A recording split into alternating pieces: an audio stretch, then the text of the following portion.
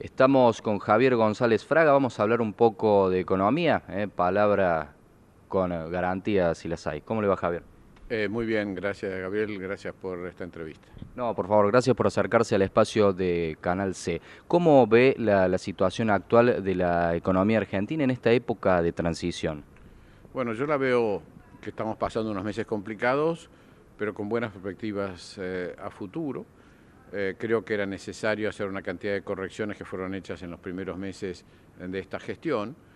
Creo que la situación heredada era mucho peor de lo que la mayoría de la población entendía y eso hace mucho más difícil introducir las correcciones, a diferencia del 2001-2002, donde veníamos de 3 años de recesión. Acá la economía parecía estar bien el año pasado, pero tenía pies de barros en lo energético, en lo cambiario, en lo fiscal, en lo monetario. Había compromisos de emisión monetaria enormes, una situación muy complicada en muchos sectores. Entonces, las correcciones son más difíciles. Pero tengo mucha expectativa en un gobierno que dice correctamente que la locomotora del crecimiento es la inversión, no como se decía antes que era el consumo. El consumo te lleva a la inflación y te lleva a quedarte sin stocks. Entonces yo creo que estamos ordenando las cosas y yo veo con buenas expectativas, aunque no desconozco que para muchos sectores la están pasando mal, no solamente de la población, sino también de la industria. Javier, usted dice que la locomotora de la economía también es la producción. Ahora, la suba de las tasas por allí no invita a sacar dinero de la plaza y que en vez de volcarse a la producción se vuelca a la inversión. Por supuesto que hay una corrección por ese lado, pero la alternativa era quedarse sin energía. Estábamos una economía que exportaba por 6.000 millones de dólares energía, importó el año pasado 13.000 millones de dólares. Entonces, este desequilibrio era ya intolerable y había que reordenarlo. Obviamente es muy cierto, eso afecta a la productividad de muchas empresas y genera problemas en algunos sectores específicos, pero hay que mirar un poco más largo plazo. Yo creo que es muy importante lo que se ha hecho en materia de acceso a financiamiento, el arreglo con los holdouts, la salida del cepo. Todo esto está creando condiciones que en el correr del próximo año se van a ver como las necesarias para atraer inversiones, no solo de extranjeros, sino que los propios argentinos inviertan. También el blanqueo va a posibilitar que los argentinos traigamos fondos, los que tengan fondos en el exterior, para inversiones, y esto también afecta positivamente a las empresas. O sea, es una mezcla de cosas donde por un lado tenés que corregir desequilibrios como el cambiario y el tarifario, que son dolorosos, pero que hay que hacerlo. Esto te tira abajo el consumo, pero por otro lado tenés que crear condiciones para la inversión sea el nuevo motor del crecimiento. Hablando de la parte de la salida del cepo y luego con lo que usted está señalando del blanqueo de capitales, por allí, ¿no sería un error esto de ponerle primero un número de 20.000, luego un número de 40.000 y quizás ya juntando 10.000 millones sea un logro? Y luego también le pregunto si no hay, no es desacertado esto de decir, ahora yo te voy a investigar si por ahí hubo un error en la evaluación o si yo te encuentro otra cuenta, por ahí esto no seduce a la gente a traer el dinero. Los blanqueos no tienen que ser por un motivo de seducción, sino tiene que ser como que lo veas como la oportunidad para no ser sancionado. Yo creo que hay que mostrar los dientes. A mí me hubiera gustado todavía que haya una mayor evidencia, manifestación de capacidad de controlar la evasión. Los argentinos somos evasores seriales.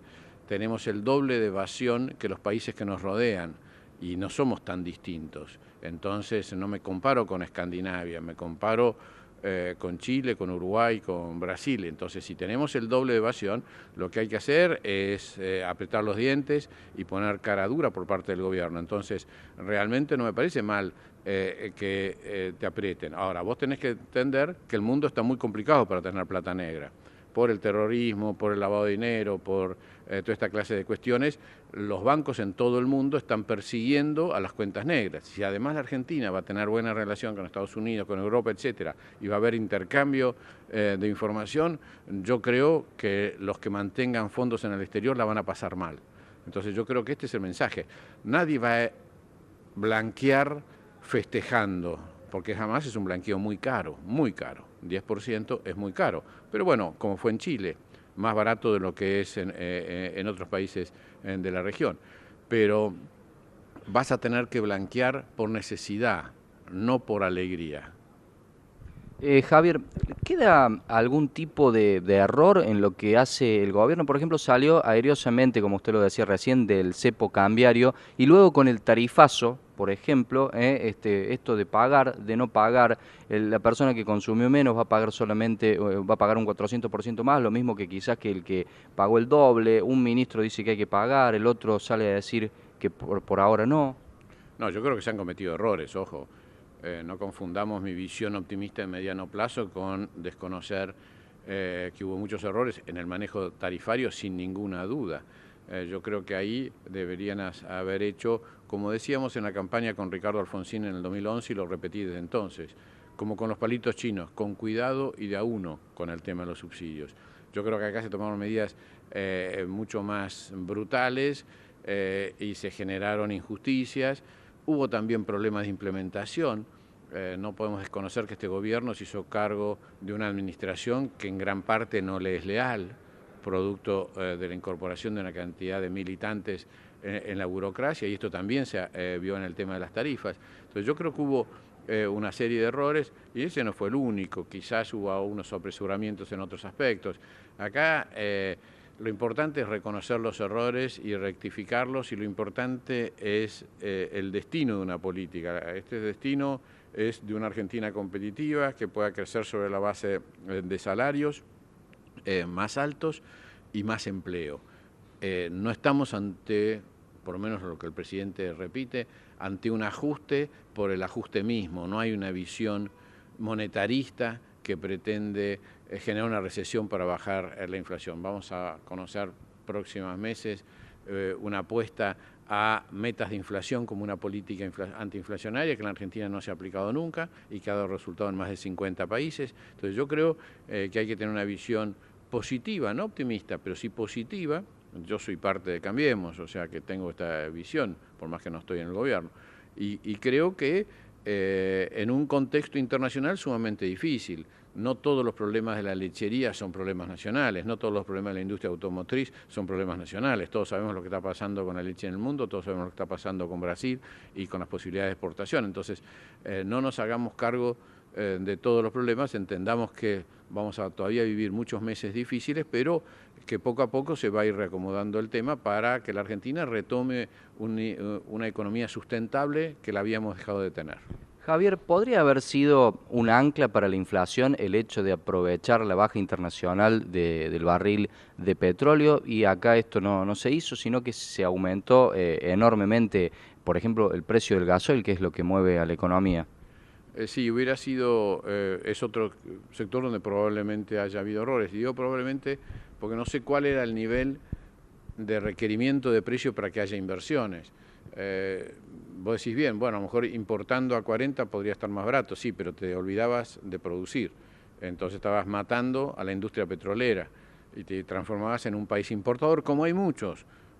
Uruguay es un país importador, hay una cantidad de países que son importadores, pero la Argentina tiene un potencial con Vaca Muerta de gas muy grande y era necesario crear condiciones para que haya inversión, para que explotemos esto y que nos transformemos en exportadores en lugar de importadores y generar así una gran cantidad de trabajo. Ahora, los números parecen no respaldar esta lógica porque no se ha incrementado sensiblemente la producción de petróleo como para justificar el desfasaje en el precio.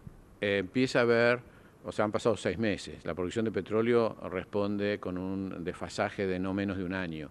O sea, para que vos veas alguna mejora en la producción, tienen que ser pozos existentes que uno invierta en recuperación secundaria y eso te lleva por lo menos un año. Entonces, para evaluar el resultado de estas medidas va a haber que esperar 2 o 3 años. También nos hemos quedado sin capacidad de destilar, ¿no? Por supuesto, también va a haber que invertir muchísimo en destilación y en transporte de los combustibles. Javier, ha sido un gusto hablar con usted, le agradecemos. Muchas gracias por el reportaje. Hasta luego.